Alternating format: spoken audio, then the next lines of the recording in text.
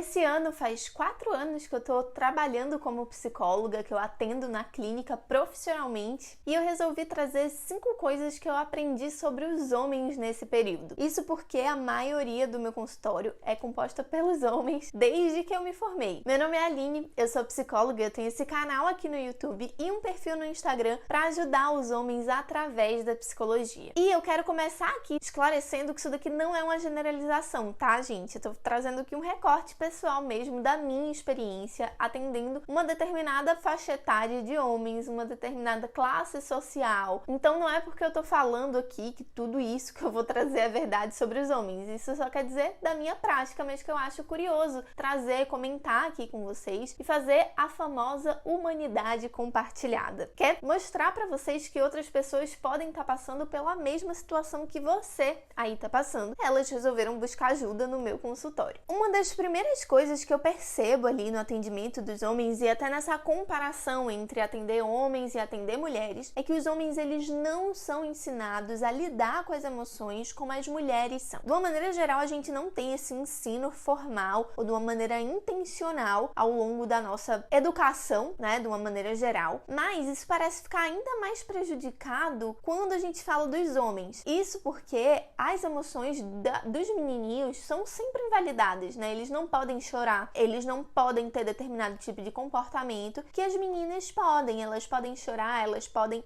se juntar ali para falar sobre um determinado sentimento, uma determinada situação e como é que elas se sentiram em relação a isso. Essa construção que a gente tem sobre o que são os sentimentos e de que maneira a gente lida com eles influencia bastante na hora da gente se deparar com essa discrepância. Isso porque sim, os homens sentem alguns sentimentos mais do que as mulheres e vice-versa, mas eles não falam sobre o que sentem de uma maneira geral. E essa é uma dificuldade muito comum. Então, as principais queixas que eu vejo, eu acho que isso é em relação a todos os homens que eu já atendi. Todos os homens. Eu acredito que sim, tô aqui pensando numa exceção, mas não me vem à cabeça. Uma das principais demandas, queixas que trazem para terapia é sobre inteligência emocional e sobre regulação emocional. Esses 2 itens aí super importantes pra gente aprender realmente a lidar melhor com as nossas emoções. Segunda coisa que eu percebi sobre os homens no meu consultório. Eles falam o mesmo tanto que as mulheres falam sobre os relacionamentos amorosos. Esse é um tema que costuma ser bem frequente na terapia. Não se engane, a ausência dele ou a presença dele gera tema ali de discussão, de ponto pra gente realmente aprofundar. Falando sobre isso, eu acho que eu tenho um caso só, assim, de uma pessoa que não traz tanto o relacionamento dela na terapia. Inclusive, é uma mulher.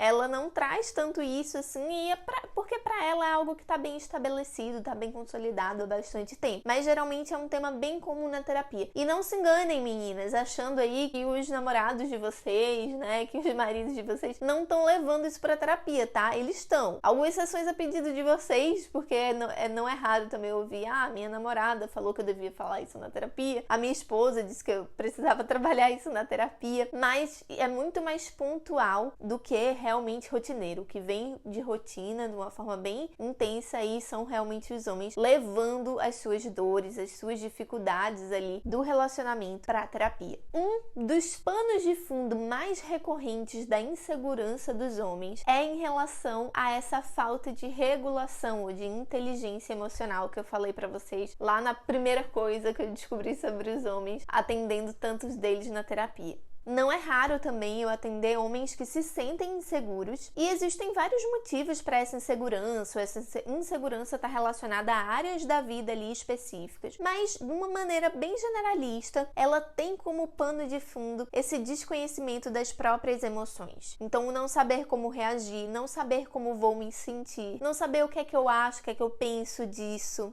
Querendo ou não, as meninas, lá, né, criancinhas, adolescentes, depois mulheres, serem estimuladas a falar sobre o que sentem, elas também acabam sendo estimuladas a praticar um pouco mais de autoconhecimento, porque é como se elas olhassem e colocassem ali numa lupa sobre algo que diz respeito a elas e elas não têm controle, que são os nossos sentimentos. A partir do momento que os homens não fazem isso, que os menininhos não fazem isso, eles acabam desenvolvendo menos essa área, né, olhando menos para essa parte do do autoconhecimento também, essa parte que a gente não tem controle, que são os nossos sentimentos. Então isso acaba sendo tema e gerando bastante insegurança, justamente por ser desconhecido. E é isso, né, gente? Quando a gente não conhece alguma coisa, isso deixa a gente muito mais inseguro. Claro que tem várias outras características, outros pontos aí que nos levam à insegurança, mas o desconhecido é um catalisador disso tudo. Quarta coisa que eu aprendi sobre os homens atendendo eles na terapia. Geralmente estão bem preocupados com a sua família, seja isso positivo ou negativamente. Família costuma ser um tema da terapia, né, de uma maneira geral também, porque é a nossa primeira relação, é de quem a gente aprende, com quem a gente aprende muita coisa também, mas por mais que isso seja bom, ruim, distante, isso acaba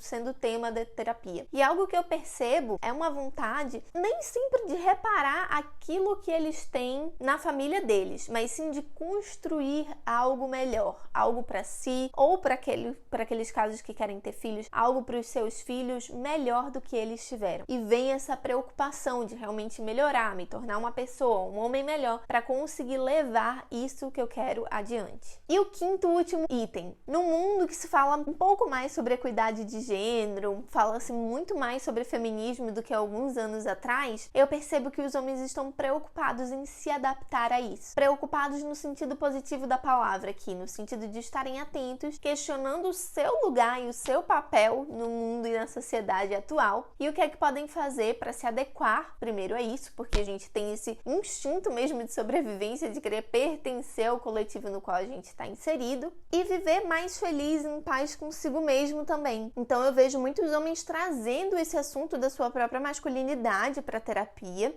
trazendo comportamentos, às vezes, que eles questionam se fazem sentido, se não fazem mais sentido, se eles querem para a vida deles, mais pessoalmente falando, né? Ou se realmente foi algo imposto que não faz sentido com a personalidade, nem com a vida que ele está construindo. E acredito até por eu ser mulher, que eles trazem isso também, né? Ou querendo ouvir o meu ponto de vista em relação a tudo isso. Bom, esses foram os 5 das principais e mais rotineiras coisas que eu escuto no consultório sobre os homens. É claro que tem muito mais. E aqui, como eu disse pra vocês, é um recorte limitado dos homens que chegam até o meu consultório, né? Que também tem um perfil específico, até pelo conteúdo que eu produzo, pela pessoa que eu sou e pelas indicações que eu recebo, né? Então tem todas essas limitações, mas mais pra dividir essa experiência com vocês e pra vocês sentirem aí, perceberem que vocês não estão sozinhos.